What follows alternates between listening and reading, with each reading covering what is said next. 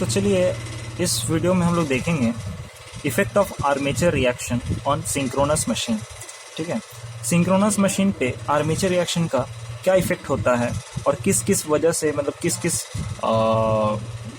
किस कंडीशन में आपका आर्मेचर रिएक्शन कैसा बिहेव करता है वो हम इस लेक्चर में देखेंगे। ठीक है ना, इसमें जो शॉर्ट ट्रिक्स हैं, ठीक है ना, जो याद आपको करना है, जो आपको गेट एग्ज़ाम में बहुत हेल्प आएगा या फिर किसी भी कम्पिटिटिव एग्ज़ाम में हेल्प आएगा।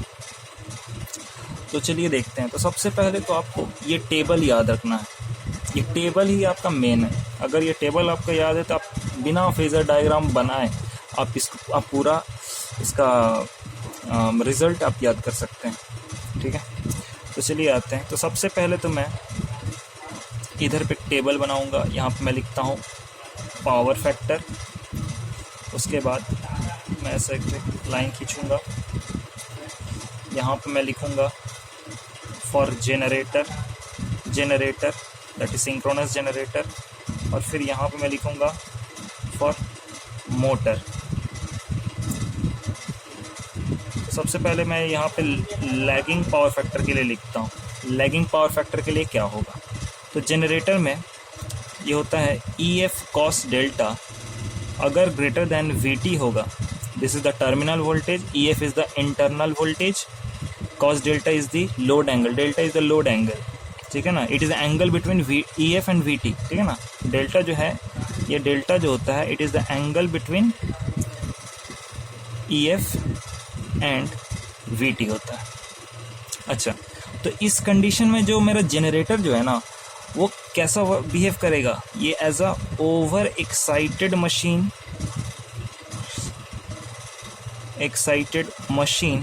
की तरह बिहेव करेगा। सेकंड, ये जब भी ओवर एक्साइटेड मशीन का तरह जब बिहेव करता है तब ये क्या होगा, ये रिएक्टिव पावर पॉजिटिव होगा। इसमें रिएक्टिव पावर पॉजिटिव होगा। रिएक्टिव पावर पॉजिटिव होने का मतलब क्या होता है, जनरेटर के केस में रिएक्टिव पावर पॉजिटिव होना that means it delivers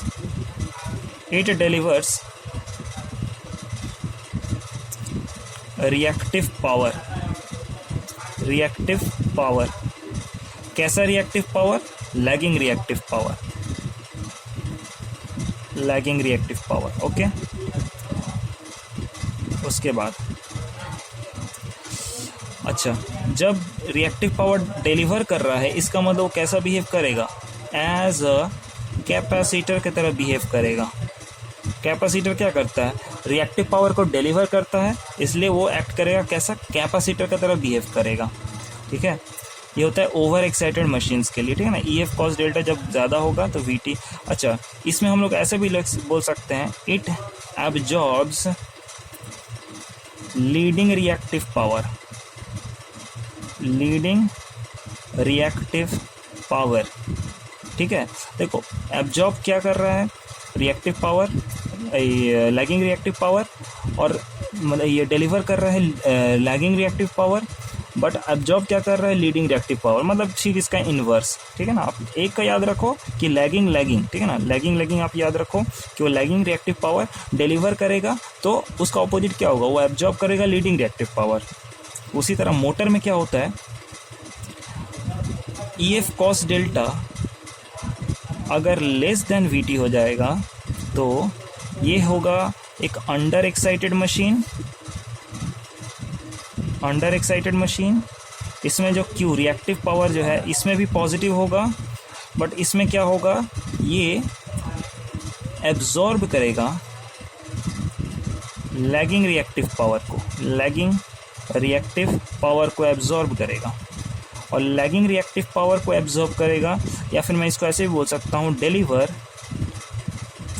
leading reactive power. और ये कैसे एक्ट करेगा, एक्ट एज अ रिएक्टर कुछ ऐसा दिखने में होता है। ये क्या करता है, रिएक्टिव पावर को एब्जॉर्ब करता है, और ये जो कैपेसिटर है, कैपेसिटर रिएक्टिव पावर को डिलीवर करता है। ठीक है,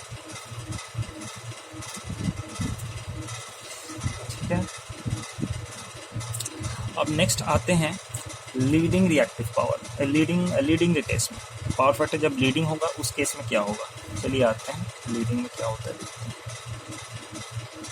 तो यहाँ से मैं इसको लाइन लगा देता हूँ।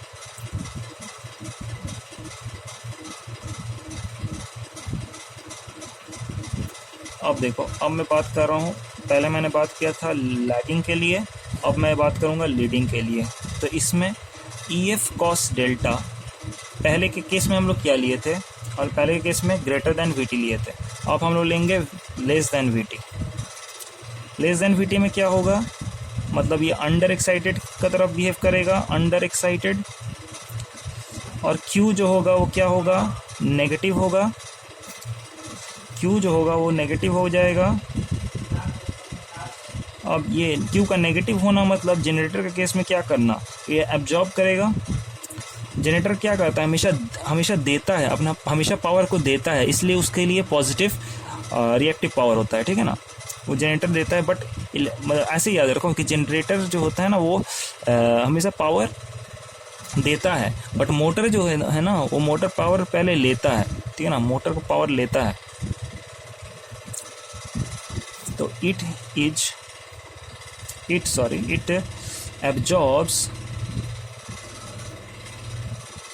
leading reactive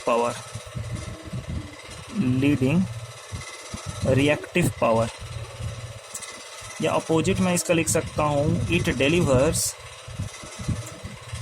lagging reactive power। lagging reactive power भी मैं बोल सकता हूँ, ठीक है।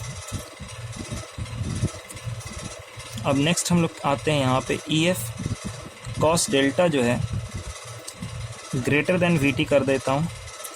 इसमें इस केस में क्या हो जाएगा, ओवर एक्साइटेड हो जाएगा। ओवर एक्साइटेड, इसमें जो Q है वो इसमें भी नेगेटिव रहेगा, इसमें जो आएगा वही इसमें आएगा, ठीक है ना। उसके बाद नेगेटिव Q का नेगेटिव होना मतलब पहले के केस में, मोटर के केस में क्या हुआ था, वो एब्जॉर्ब कर रहा था लैगिंग रिएक्टिव पावर। अब क्या करेगा, वो डिलीवर करेगा रिएक्टिव पावर को। कैसे reactive power, leading reactive power को, और एब्जॉर्ब करेगा लैगिंग रिएक्टिव पावर को। It absorbs lagging reactive power को, ठीक है। और ये इसमें ये कैसा एक्ट करेगा, एक्ट एज, डिलीवर कर रहा है तो एक्ट एज कैपेसिटर की तरह बिहेव करेगा। और ये कैसा बिहेव करेगा, ये कैसा बिहेव करेगा, इट एक्ट्स एज रिएक्टर की तरह बिहेव करेगा, क्योंकि एब्जॉर्ब कर रहा है, ठीक है। अब आ जाते हैं नेक्स्ट यूनिटी पावर फैक्टर के लिए। यूनिटी पावर फैक्टर के लिए क्या होता है, यूनिटी पावर फैक्टर में क्या होता है, EF cos delta is equal to VT के बराबर हो जाता है। इसमें भी EF cos डेल्टा VT के बराबर हो जाता है। और इसमें जो, इसको हम लोग बोलेंगे नॉर्मली एक्साइटेड, नॉर्मली एक्साइटेड, इसमें भी हम लोग इसको बोलेंगे नॉर्मली एक्साइटेड। उसके बाद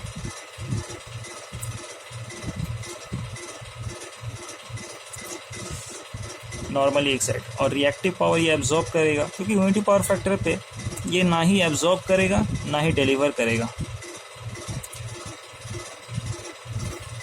ठीक है, ठीक है, ना ही एब्जॉर्ब करेगा ना ही डिलीवर करेगा। तो बस इतना पार्ट आपको पता रहना चाहिए, ठीक है, इतना पार्ट याद रहना चाहिए। अब हम आते हैं, ये तो हो गया आपका कैसा बिहेव करेगा एक सिंक्रोनस मोटर लैगिंग और लैगिंग लोड के लिए। अगर तो आपका लैगिंग लोड है, लैगिंग लोड पे अगर वर्क करा रहे हैं, या यूनिटी पावर फैक्टर लोड पे अगर वर्क करा रहे हैं तो कैसा बिहेव करेगा, ठीक है ना। अब हम लोग आते हैं कि अगर मेरा लैगिंग आपका जो कॉस डेल्टा, मतलब EF आपका जो अगर कॉस डेल्टा जो है, आपका लोड एंगल जो है, जो आपका जो इंटरनल पावर फैक्टर जो है कॉस डेल्टा, वो अगर इंटरनल पावर फैक्टर अगर चेंज कर रहा है, उस हिसाब से आपका किस तरह से बिहेव करेगा सिंक्रोनस जनरेटर, ठीक है ना। उसका आर्मेचर रिएक्शन पे क्या फ़र्क पड़ेगा। तो चलिए नेक्स्ट आते हैं हम लोग इस पे, ठीक है ना।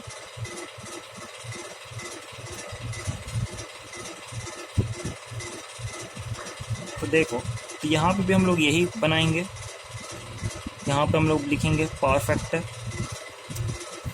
ठीक है। यहाँ पे हम लिखेंगे कैसा, जनरेटर के लिए। यहाँ पे हम लिखेंगे मोटर के लिए।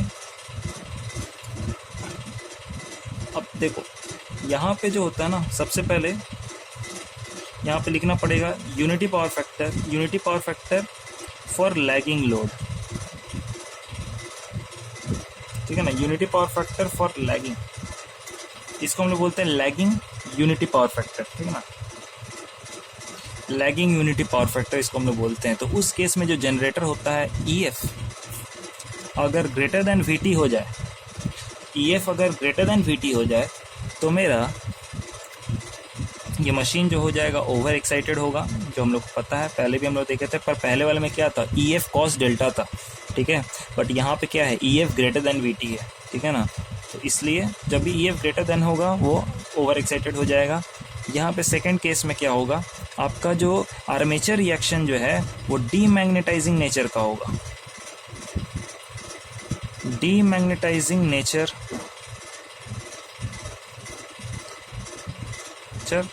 और डीमैग्नेटाइजिंग इफेक्ट ऑन